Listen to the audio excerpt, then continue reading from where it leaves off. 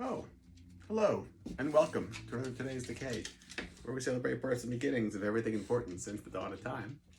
It is December 21st, and here are all the dates at Really Right. On this day in 1866, Maud Gonne was born. She was featured in this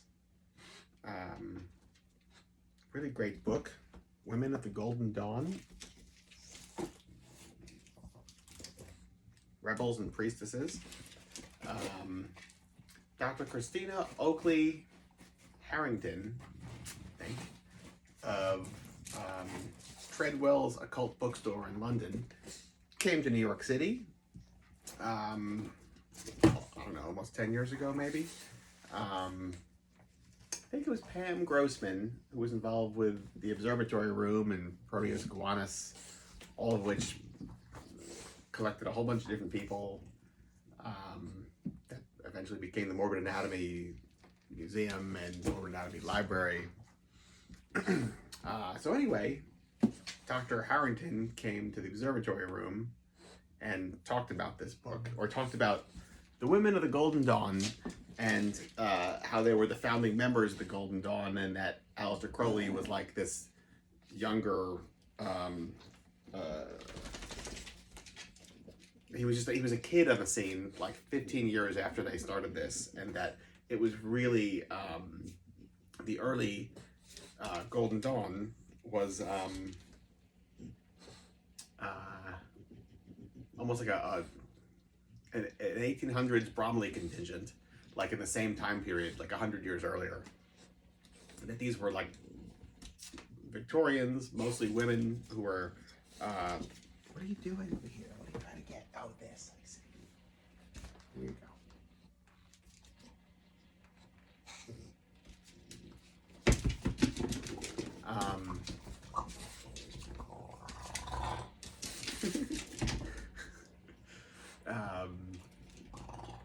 They were rebelling against the world they were living in, where they were told women couldn't have any interests outside of the home, that they couldn't be physical, that they couldn't be lovers, that they couldn't have a career, that they couldn't have dreams. The idea of just Christianity was not something they were limiting themselves to, and so they basically created their own religion based off of, or their own rituals based off of pagan aspects, right? And Maud Gonne was one of them at a time when this was not okay. But they did it anyway. Drug use, free sex, all under their own terms, defining life however they saw fit. And I love this talk. Dr. Christina Oakley Harrington. Hopefully that won't be the last time we hear her name. We'll see. And I'll definitely suggest this book. I have not read enough of it, stupidly, but the lecture has really stuck in my head for many years, and I gotta go back to it. Sometimes I have like a list of things to read, and I get sidetracked very easily. You couldn't tell.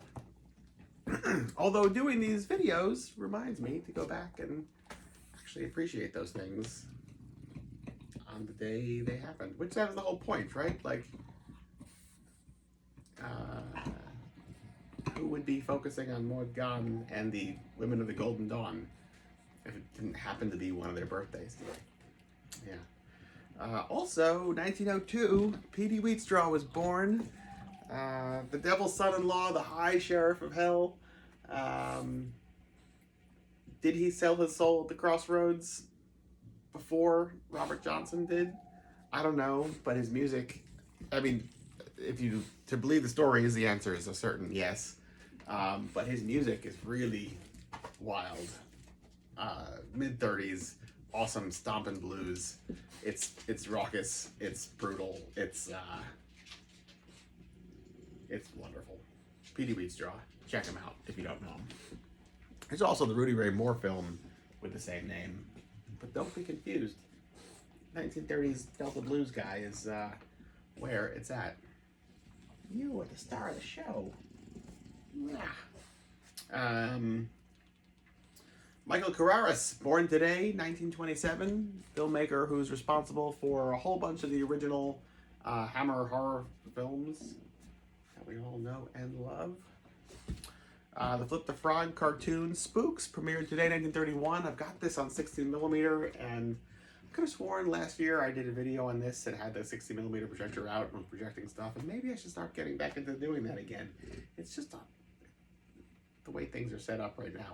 It's a lot of work to take everything out and put it back together again. But it is magical, and so I should probably get back to it, right? Oob Iwerks was the animator, and I am a huge Oob fan. And this is one of those like just terrific aesthetics of 1930s Halloween cartoons that timeless and wonderful stuff. Yeah. What else? Victory premiered today, 1940. We did a whole thing on the one from 1919, but today is the Frederick March one. That will be this one here. I'm not going to go on in detail about how much I love this story and the other film, the 1919 one. This is not a bad movie, though. It's really desolate, and that's perfect for the storyline. It fits just terrifically. And Frederick March is fantastic. I mean, what isn't he fantastic in is maybe a better question. We could be here all night talking about Frederick March. We sure could, and maybe we will. What else? Jack Nance, born today, 1943. Always keeping it fresh because he wraps it in plastic. And last but certainly not least, Golden Bat.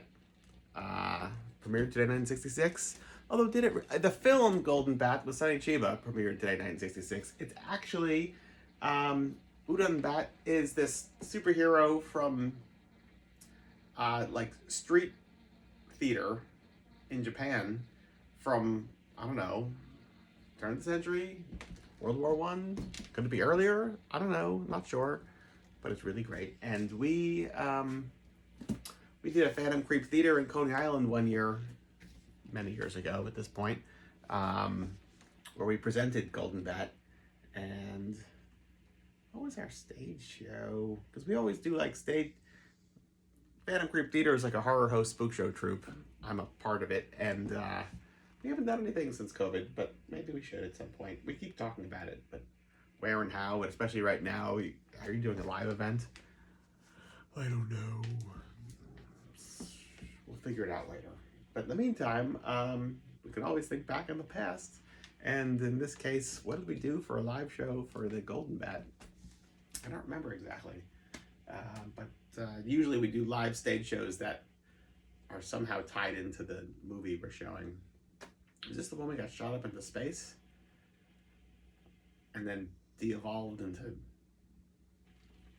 primitive beastmen because there was some sort of chemical on the asteroid that affected our genes? I think that was Forbidden. That was when we showed Forbidden Planet. I don't know what we did for Golden Bat. I'm sure it was ridiculous. Anyway, yeah, so like spook show horror hosts, the story is in the 30s and 40s, you had morbid magicians that would tour the country, conjuring ghosts on stage, performing in between double feature B horror movies, conjuring ghosts on stage, calling up women from the audience and turning them into gorillas or sawing off somebody's arms, doing all sorts of like, horror themed magic stuff. And it only really worked in movie palaces because you had an enclosed space where you could have blackout sessions where like suddenly, everybody stay in your seats, there's monsters loose in the theater! And like creatures would like run from the stage and like, into the audience, which didn't really work in the drive-in movie theater era of the 50s and 60s because you couldn't have a blackout session and they're always supposed to end with a blackout session whether it works well or not. And so that was Phantom Creep, that was and is Phantom Creep Theater here in New York City. I don't know. It started as a Silver Scream Spook Show in like 2004 or 5 and evolved into Phantom Creep Theater eventually. Yeah. So yeah, what did we do for Golden Bat? Clearly not memorable. But it's a great movie, that's for sure. Nonsense, for sure. Anyway, there you go. That's the whole day. from me to you. Till tomorrow, you got your reading assignment. Goodbye.